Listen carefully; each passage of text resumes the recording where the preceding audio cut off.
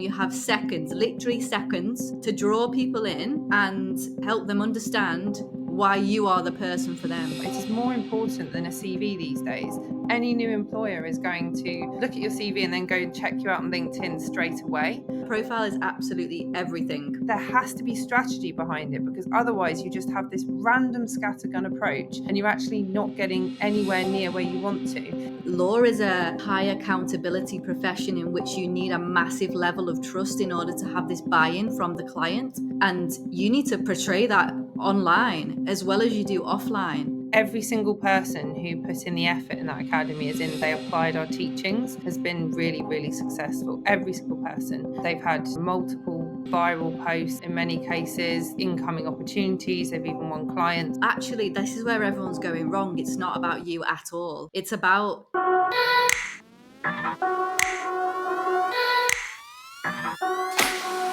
We are so excited to help you unlock LinkedIn's potential with our LinkedIn Starter Pack for lawyers. Across 11 chapters, we'll walk you through creating a profile that stands out, crafting content that connects, and building a network that works for you.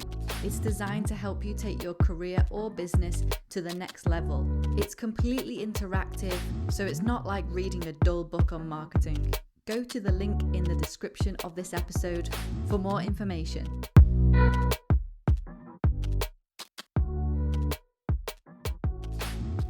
We're talking about LinkedIn in particular, but it's more than LinkedIn. I feel like, oh gosh, people go on and on about LinkedIn and it's just like, here are some random tips for you and here's how to, I don't know, write a better hook. And that's pretty useful, actually. Actually, there's a lot more to it and there's a lot more fun to it. And, sales and marketing psychology is extremely fun and useful. And we're hopefully going to teach you a bit about that today. And you'll be able to implement that and become LinkedIn ninjas in no time. So this is about your profile, your brand, and your influence on LinkedIn. It's really about how are you getting your name out there? How are you connecting with the right people? How are you building something that's meaningful? And then, of course, all of this good stuff in time will lead to you winning clients. So we're sort of going to dive into this, but from this sort of more interesting psychology perspective. I think that's what we're doing, isn't it, Holly? You just made it up in your head, Helen. You didn't discuss this with me. No, I don't want this to be like a generic, oh, this is how you optimize your profile, because everyone's talking about that. And it's what we're actually teaching on our academy for lawyers. We're teaching the ins and outs of how to go through your whole profile and optimize it. In this, I really want to go to like the theory behind it, because at the end of the day, this is for lawyers.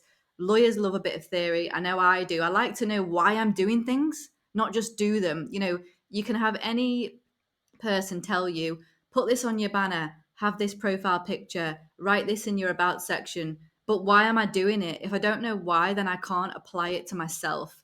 So I think that's why we want to go into kind of the detail behind why you should be doing certain things on LinkedIn. How can you actually influence and maintain that and sustain that influence? How can you actually build a brand that lasts and that is future proof? We want to give you the actual tools that you can use to apply everything that we're telling you to build a presence online, because we have found that by doing this and applying everything that we're going to tell you today and that we are teaching on the Academy for Lawyers as well, has completely changed. Well, it's changed my life. I think it's changed yours as well, Helen, because you met me. You're good on a bad thing, Yeah, it's definitely bittersweet. Yeah. Do you remember the other day I said to you, "Oh, Helen, with you I can be my full self," and you were like, "You don't have to do that, you know." Yeah, that still stands. But yeah, okay, let's dive straight in then. Yeah, let's get into it. So, if we're talking about profile, so we're talking about three key things in this LinkedIn Live today, which is also going to be turned into a podcast. We're talking about profile, influence, and brand. And we want to go into the nitty gritty of each point. So, if we start off with profile, why is it important to have a great, outstanding profile? Your profile is pretty much your website, your landing page, your shop front, this is a new one, book cover. Just made What? that book cover. Well, that was your accent. I had no idea what you just said. Your book cover. Okay. Yeah, I'm with you. I'm with you. It's like your front of house, you know? People go to your profile, they want to know what you do, who you do it for, and you have seconds, literally seconds, to draw people in and help them understand why you are the person for them. So, profile is absolutely everything. Helen, what makes a great profile? So I think just taking a step back from that for a second, I think this idea of your profile, it really is your shop window. And I think it just gets neglected by so many people. Like there's no banner, or there's like a headline written in 1990 that just says solicitor, and your about section just talks about some cases you did 5 years ago or something like that. And it's like, actually, this is your shop window. It's your chance to make an impression. It's about thinking, when I was a lawyer and I would go into meetings, particularly client meetings, I'd be thinking, well, what am I wearing? Like, how am I coming across? Do I look the part? Am I, everything about you, people are taking in. And I think it's exactly the same thing with your profile. It is more important than a CV these days. Any new employer is going to look at your CV and then go and check you out on LinkedIn straight away. And I think that's why, and we go into this in a lot more detail in our academy coming up, but it's about thinking, who is your ideal and target audience? Who are you talking to? And then talk to them on your profile. Don't talk about yourself in the sense of just being like, I'm really impressive and I'm a lawyer and I've been on all these cases.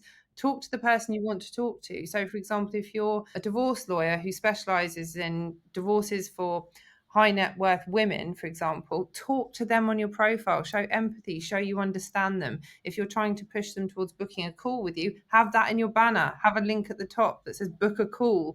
None of it's rocket science, but it's about really getting your personality, your values across, and who you are, and writing in a kind of approachable way. So your about section isn't just, I'm a lawyer and I do all these cases. It's straight away in there with how you help people, what it is that you do. And I think that's what makes it stand out. It's a little bit like networking psychology. You wouldn't go into a networking room. Actually, I say that a lot of lawyers do this. Don't do this. You wouldn't walk into a networking room and just start talking about yourself with no context from the other person. You'd be asking about them, you'd be interested in them. I understand a profile it's a one-way thing, but at the same time, if you've really understood who you're talking to, actually you should know how to connect with them. It's imagining you're almost in that conversation. I don't know what Mhm. you would add to that, Holly. I think for a very long time, probably for like, I don't even know when LinkedIn was invented, but let's say it's been invented for 20 years. What would you say? I think before you were born, actually. Before I was born? That's a really long time ago. No, I think it was there in like by around about 2010, I want to say. Does Okay, I was anyone know, by the way? Drop it. Hi, Craig. I can see Craig's. Oh, Simone. We've got Alexander. Anyone know when LinkedIn started?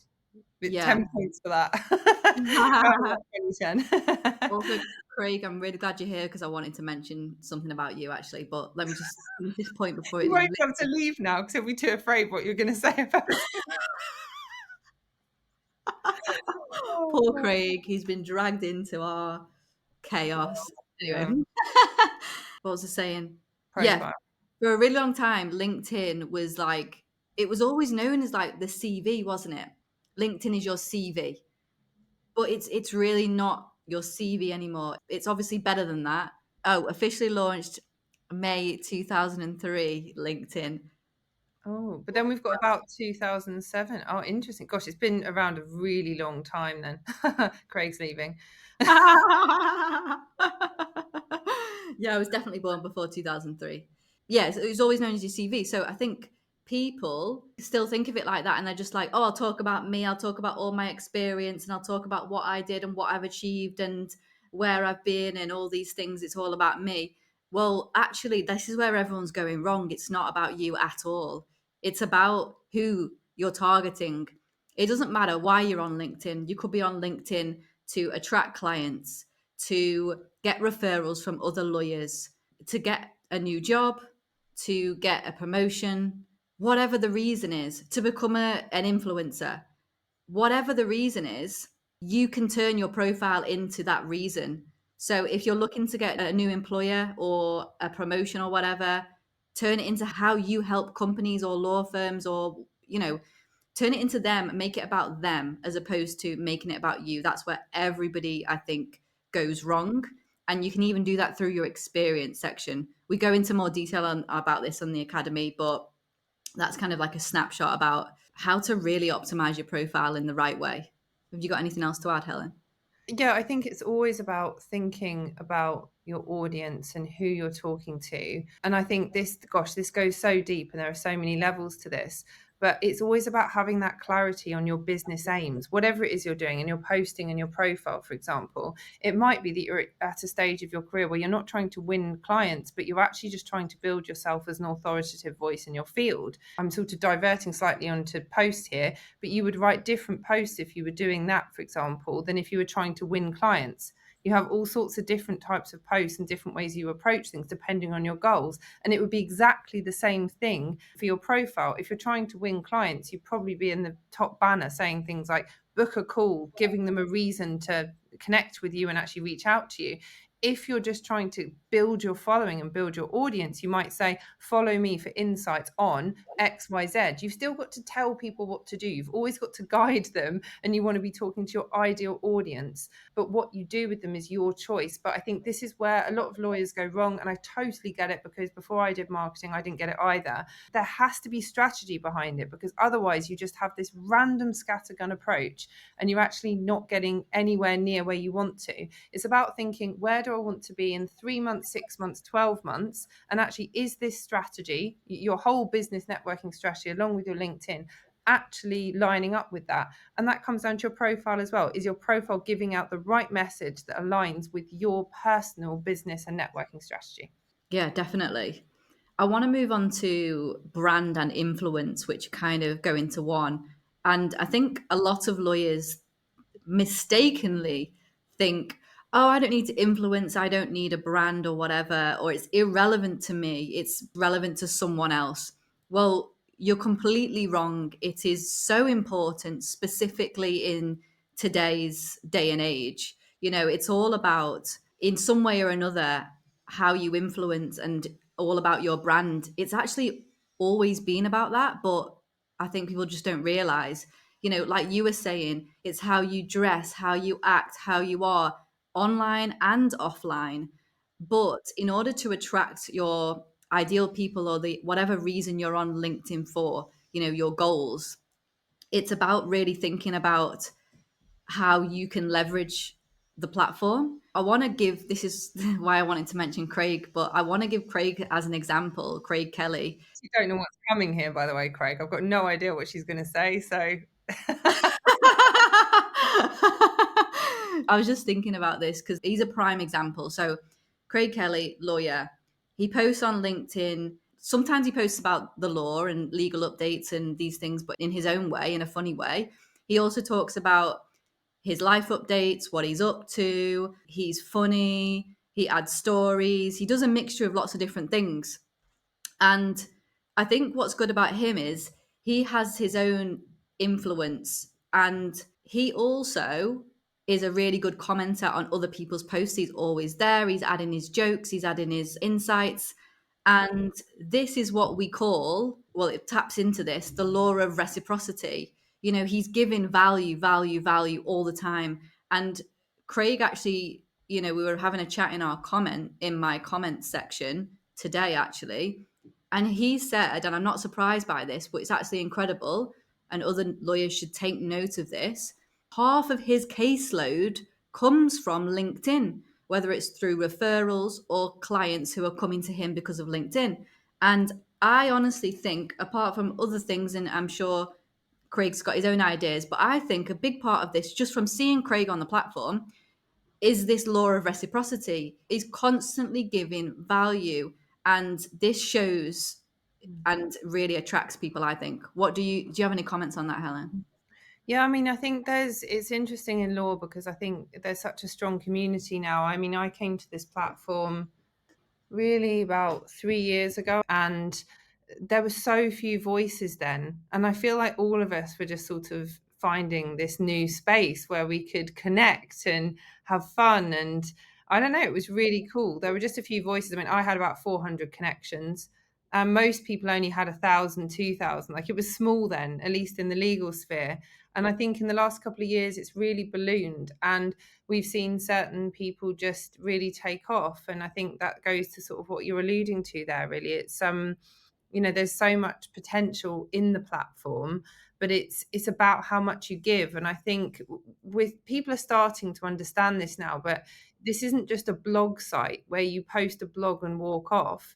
This is somewhere where the more you give, the more you get. And as Holly mentioned, so the law of reciprocity is actually a social scientific, I think it's a law anyway that exists, which basically means there have been social science studies to back this up, that if you give somebody something, then they feel indebted to return the favor to the same or a greater extent. And actually, more often than not, they will return the favor to a greater extent. And that's why, in all of the networking psychology, you're told to lead with value, lead with generosity, be kind, be a good person, because what goes around comes around. And I think if you're giving a lot of value in your posts, in your content, you're making it educational. So your ideal audience feels like, oh, you know what? I always come away with something when I read Holly's posts, or Holly's always supporting me on my profile, or any of these kind of things. They feel like they're closer to you, which is another rule. I won't go into that now, but they feel like they're closer to you. They're more in your circle, but then they also feel that they probably want to do the same thing. So they'll be commenting on your posts, and that boosts your engagement. You get seen by more people. So that's from a commenting perspective, but I think it's also just from a sort of generosity perspective of, you might help someone out in business, you might do something for them, and then they do something back for you in the future. They may or may not, but as a rule of thumb, this is basically gospel when it comes to networking, and it applies so clearly and accurately on LinkedIn. Definitely, yeah. I think it's probably the number one rule slash the number one way to grow on LinkedIn. It's actually how I grew on LinkedIn. I started commenting quite aggressively, Mm. not writing aggressive comments, but like Probably but do. commenting aggressively on lots of different people's posts, adding value, having conversations in the DMs, having coffee chats, giving time, information, insights. And over a period of time, quite short period of time, these people felt like they should do the same. You know, they should reciprocate the law of reciprocity.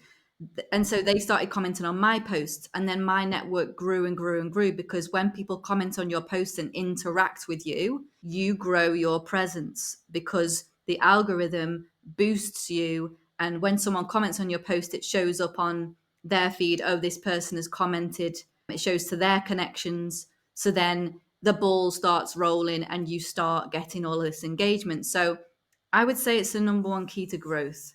Before we continue, Helen, would you like to mention about our LinkedIn Academy for Lawyers? Yeah, so we did a LinkedIn Academy just before Christmas. I suppose it was in autumn last year, and this went really, really well. It was our first ever one. And every single person who put in the effort in that academy, as in they applied our teachings, has been really, really successful. Every single person. And they've had, multiple viral posts in many cases, incoming opportunities. They've even won clients. Like, this stuff isn't hocus pocus, it really works. Some feedback we had from some people who didn't join the last academy was that they wanted to join, but it was just a bit too long and involved. And it is fantastic if you really want to level up and put that time commitment in. But so what we've done is we've created a shorter version. So it's a 3-week sort of mini academy. We're calling it the LinkedIn Academy for Lawyers. The starter series takes place in February. Each week you get a 60-second, not 60 seconds, that would be terrible value.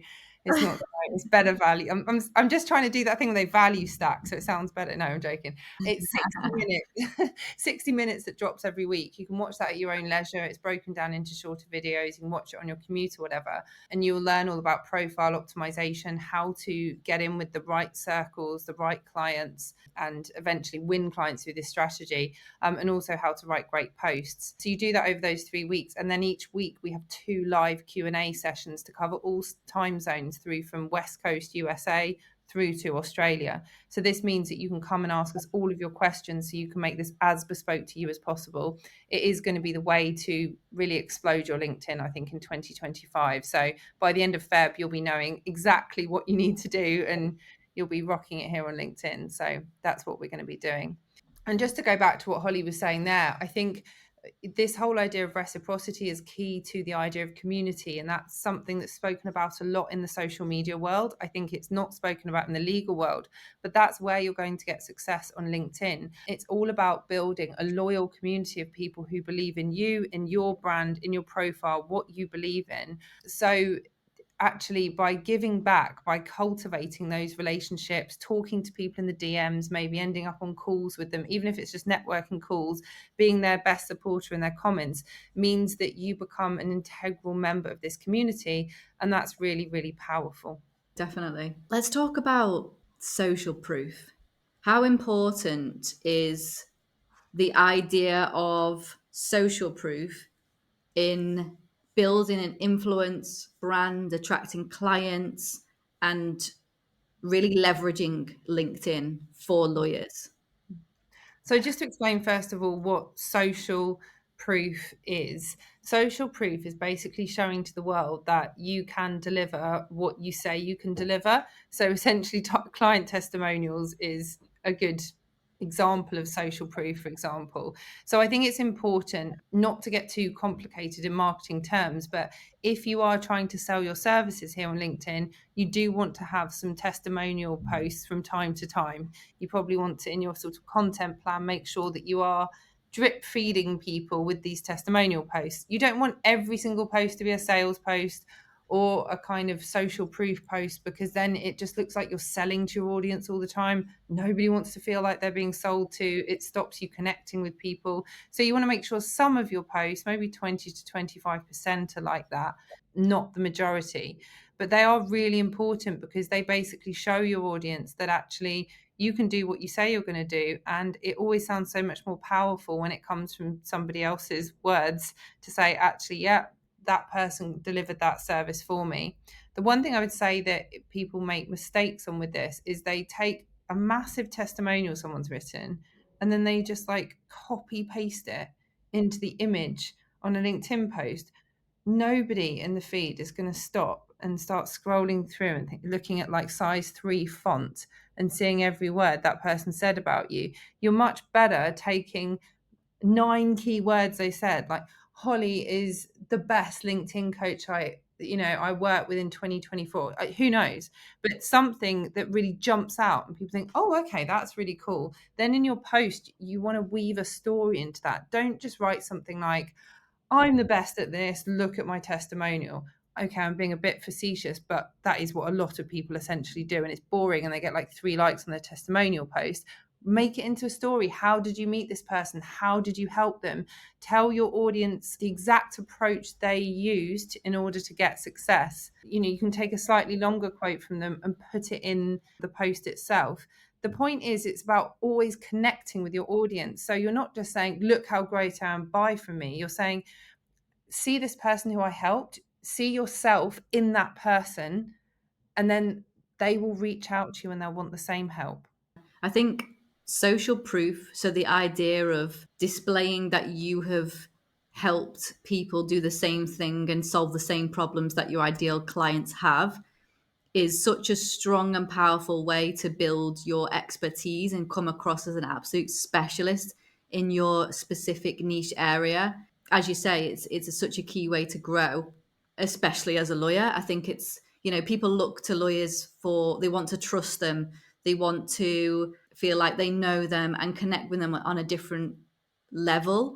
And a brilliant way to do this is through social proof. So I think this is like, again, one of the key pillars of building a brand and an influence as a lawyer on LinkedIn. It's not like other professions or areas. Law is a high accountability profession in which you need a massive level of trust in order to have this buy-in from the client. And you need to portray that online as well as you do offline.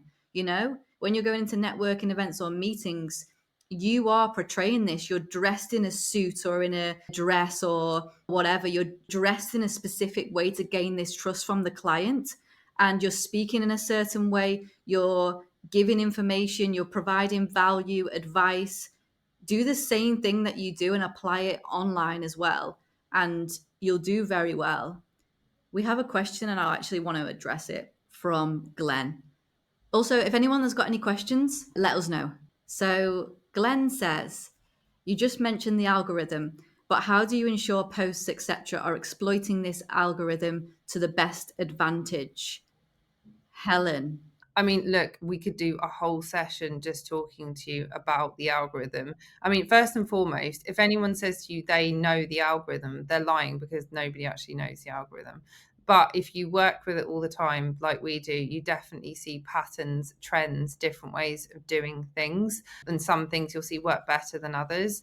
I think there are certain things you can do with the algorithm, with your post, for example, generally overall there's a trend that text post plus an image perform the best. If you want to grow, I would suggest sort of sticking with that kind of format, having good quality photos, having yourself in the photo. That's a big one. I was posting photos of myself before anyone else did, and I used to get really narky comments about it, but I could see it was working.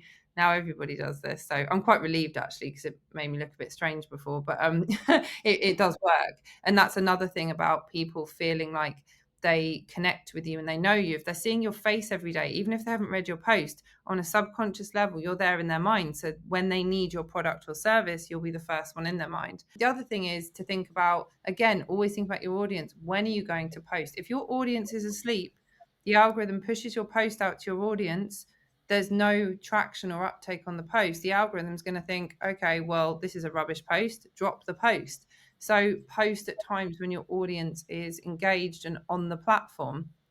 For me, for example, I will post generally on weekdays somewhere between 7:15 to 7:30 in the morning, because that hits rush hour in the UK. So that's sort of UK time, and then that sort of works for Europe. And then that's probably the majority of my following, although it's going a lot more into the US now as well. But you've got to think carefully about that kind of thing.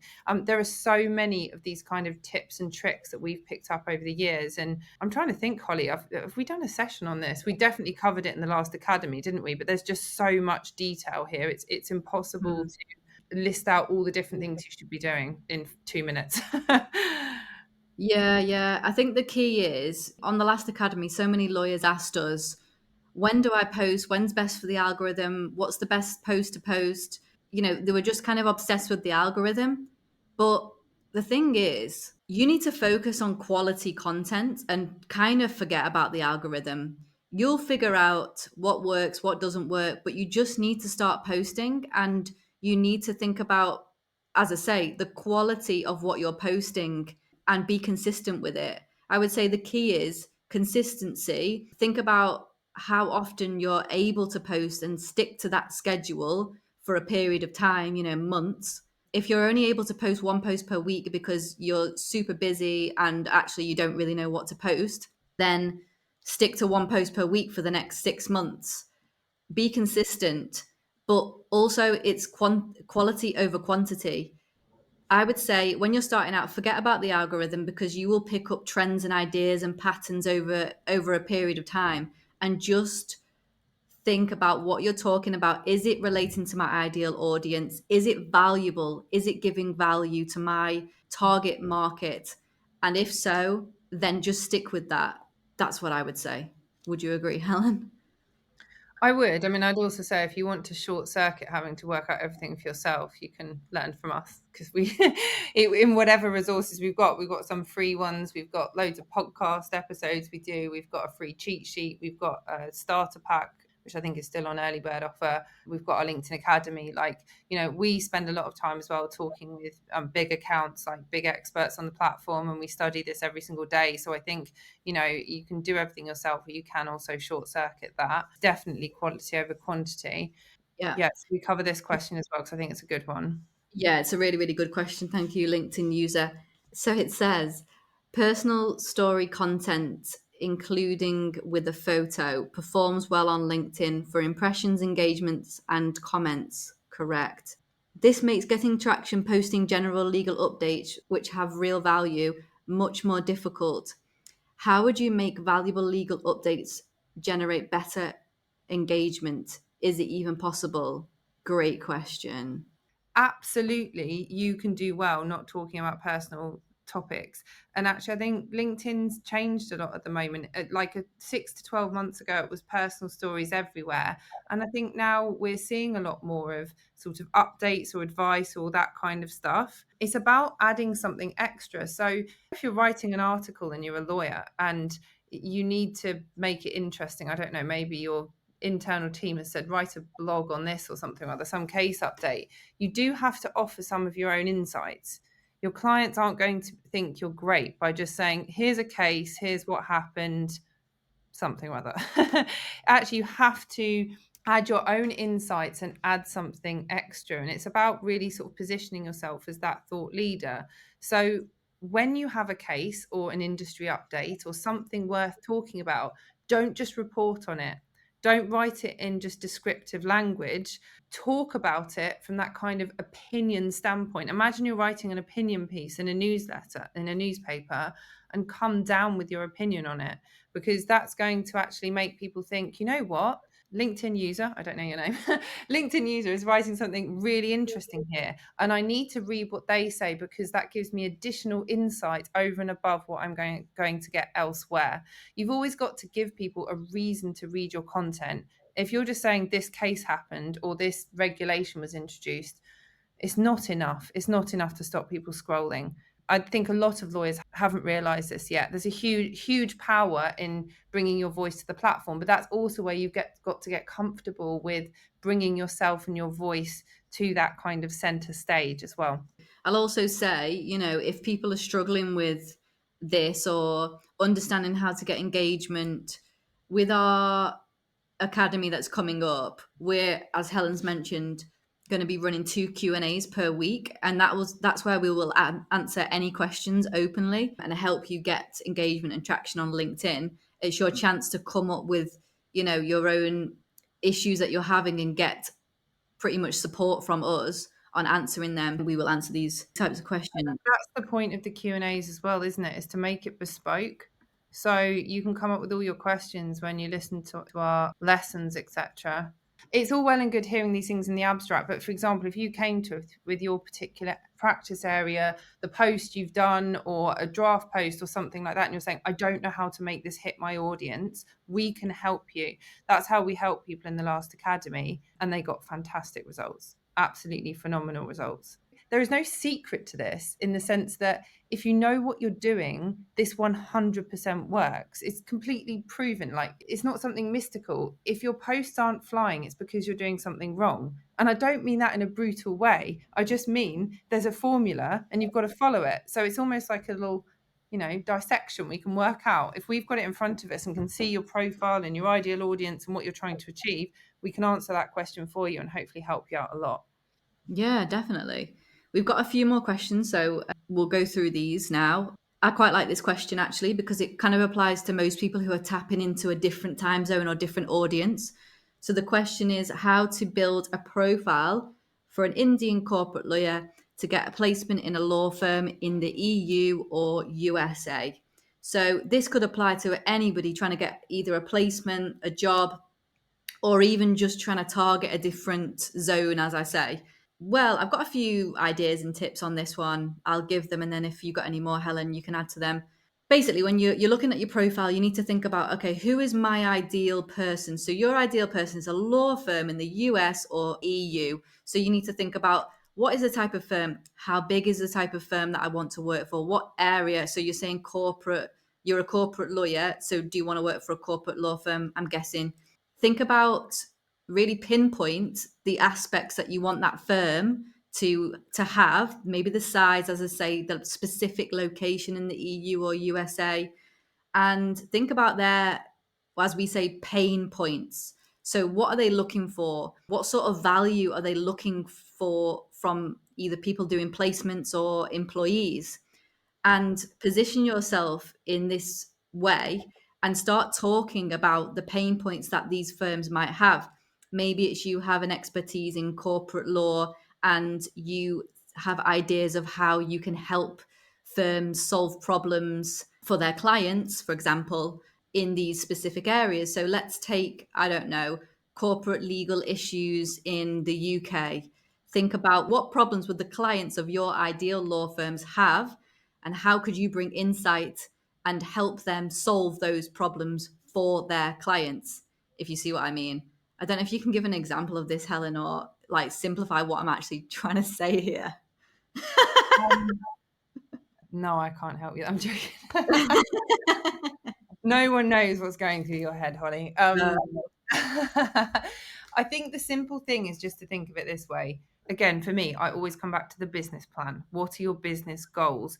If you want to attract a certain type of client in the US, say, I'll pick like the New York area. First of all, you want to be connecting with lots of people in that particular area. So, lots of people in the US. And then you'll be thinking about posting at times that those sorts of people are actually going to be on the platform. You'd be thinking about writing relevant content for them. It doesn't really matter where in the world you are, you're aiming it at your ideal audience. So for me, I still have to think about a very Europe centric strategy in terms of making sure that I get traction. I can't post for West Coast USA because only a certain proportion of my audience are West Coast USA. So my audience wouldn't be around then and the post wouldn't get pushed. So whether it's a profile, whether it's your post, whether it's your community, you need to identify who they are, where they are, and when they're on the platform. And you need to get engaged with that and build that up. If you are, for example, an Indian corporate lawyer, but you're not that interested in, I don't know, connecting with and spending lots of time with your Indian community, then it's about thinking, well, how do you build that community in the EU or USA, but I think getting more specific as to what you want, because also you're saying a placement in a law firm in the EU or USA. If I were working with you, if I were coaching with you, I'd really want to drill down on that. What does that mean? That's incredibly broad. Like, what practice area, like what interests you, what kind of firm? When you're saying EU, USA, I mean, that's a massive broad spectrum. So I'd be trying to drill down on what you really want, because when you're clear on that, then you can come up with a strategy both on and off LinkedIn to make that happen for you. mhm. What I would say is, apart from all these logistical things, lead with value. Think about how you can offer value to these specific communities that you want to be a part of, and the rest will follow. I know it's a little bit like in the dark ages now, but back in 2010, I couldn't get vacation schemes in the UK. I just couldn't get them. It was so competitive, and I'd just done a year abroad in Germany, and so I wrote a letter in German before the days of Chat GPT and all these fancy translators. And it was kind of cute because I used some of the wrong words. Like, it was well written, but it was clearly written from an English standpoint. And I just wrote it to all these top partners in these really top firms saying, will you give me a summer internship? And I got a 50% positive response rate. I actually ended up doing a placement at Mayer Brown in the summer.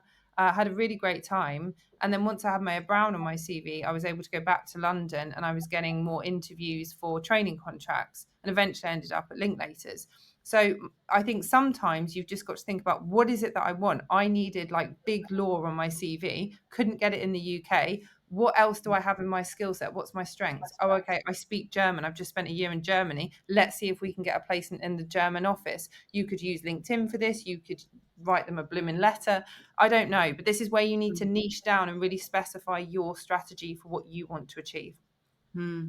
I did the same as well, actually. I went international.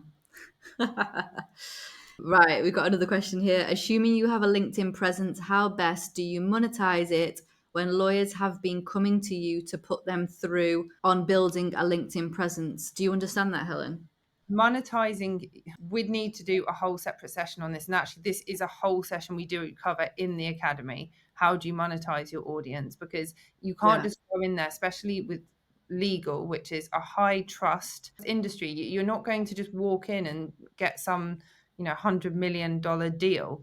You've got to be known, you've got to be liked, you've got to be trusted, you've got to be seen as an expert. So this is where you need to get really clear on your business goals. Again, always coming back to the business goals. Then have a really clear LinkedIn strategy, which is, I want to be known for these particular things. It could be an expert in this area. It could be, I don't know, particular thought leadership in another area. And then you come up with what we call your content pillars. So you're talking about these different things. You're positioning yourself as an expert. You're building your community. You're getting the right people in your community. You're talking to them in the DMs. You're talking to them in the comments. You're maybe jumping on calls with them. It's all through this sort of thing, and being very targeted in that strategy as well, thinking about who are my ideal clients? Am I talking to the right people? Am I talking to people who actually want to buy my services? And then coming up with a whole strategy around that. And that is 100% what works, because now I am very targeted about what I do and what I offer. I normally get, or I get, I would say, almost all of my clients. I don't do any cold sales outreach actually. So I get people coming to me saying, how can you help me? It's about people understanding you, trusting you, liking you. And then that happens. You can, of course, do the outreach as well, which might be that you target specific people because you think you would be my ideal client, but you've got to warm up that relationship. You can't just dive in there and pitch slap them. So I've sort of given a real whistle stop tour there, because this is so intricate. And actually, this is exactly what we teach. It's how you go about a methodology in terms of getting the right people in your audience and warming them up to be clients of yours in the future. Fantastic, Helen. I just want to say Craig confirms that legal posts do work. I loved your one today, actually, Craig, which was, I don't know if I can say it on LinkedIn. It's like a guy standing in a field and there's a massive sprinkler coming up. And Craig just sort of said, it's not what you think, or this guy needs to see a doctor, you know. But it's the point of things don't always look how they are or something in contract. So it was a really funny way of kind of actually making a really quite serious and important legal point. And I think that's what it's about, finding your groove. It's finding a way to express and communicate things which might otherwise be boring, but really reach your audience in a way that lands with them. There is a gap for people talking about legal updates and the law in general in a different way. There's a gap for that. Yeah, there's opportunity. This is the Yeah. exciting thing. This is why we keep saying this at the moment. This is the golden era for lawyers on LinkedIn. If you were here 2 years ago, you were in an even better position. If you were here a year ago, you were in a better position still, because there were fewer voices around. It was easier to get traction, easier to get noticed.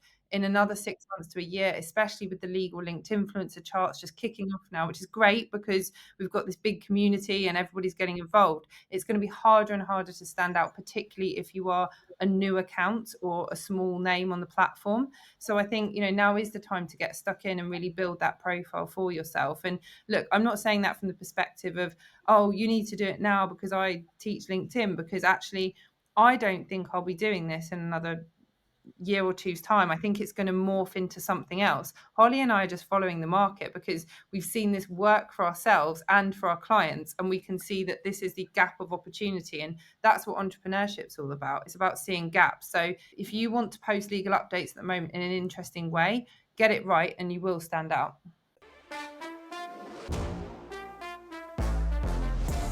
We are so excited to help you unlock LinkedIn's potential with our LinkedIn Starter Pack for lawyers.